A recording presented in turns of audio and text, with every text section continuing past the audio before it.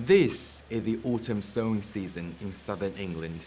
Seeds will germinate in the soil over winter ahead of next year's harvest. What we've just seen is the tractor planting the seed, and you can see the seeds here, and these will be buried in the soil like that. This will grow next summer's bread. Will Dickinson's family have been working this land for generations. The farm is about the size of 400 football pitches, and apart from growing wheat, it also produces beef and lamb. But both animal and crop farming produce a large amount of carbon emissions. Around 1/3 of all greenhouse gas emissions are linked to food, according to the United Nations. The aspiration of net zero probably won't work for agricultural production unless we offset it.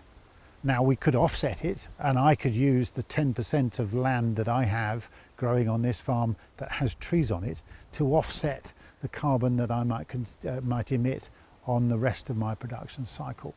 The UN singles out methane from livestock, fertilizers, farmland deforestation, transport and packaging as being the biggest emission sources from the food industry.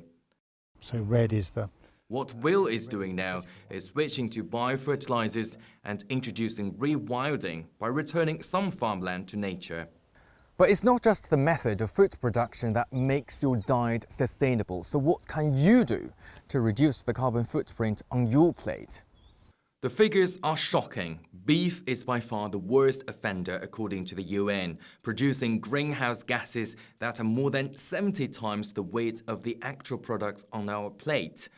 Nearly all food production produces a higher weight of emissions than the food itself, apart from fruit, vegetables and nuts. Dr. Yu Shan is an expert on climate change mitigation and sustainable transitions. He suggests governments should offer more guidance and incentives for cutting red meat consumption. Some governments are using clear food labeling to help consumers make informed choices. For example, Chile implemented a comprehensive food labeling law that includes prominent warning labels on food higher in sugar and salt and healthy fat. Some countries offer tax incentives to farmers who adopt sustainable and eco-friendly agriculture practice. For example, Denmark provides tax deductions for farmers who practice organic farming and adopt environmental-friendly practices. But global meat production continues to rise, projected by the UN to increase to nearly 370 million tons by 2029, mainly due to increasing demand from developing countries. The main producers, Brazil, China, the European Union and the United States, collectively producing 60% of the total.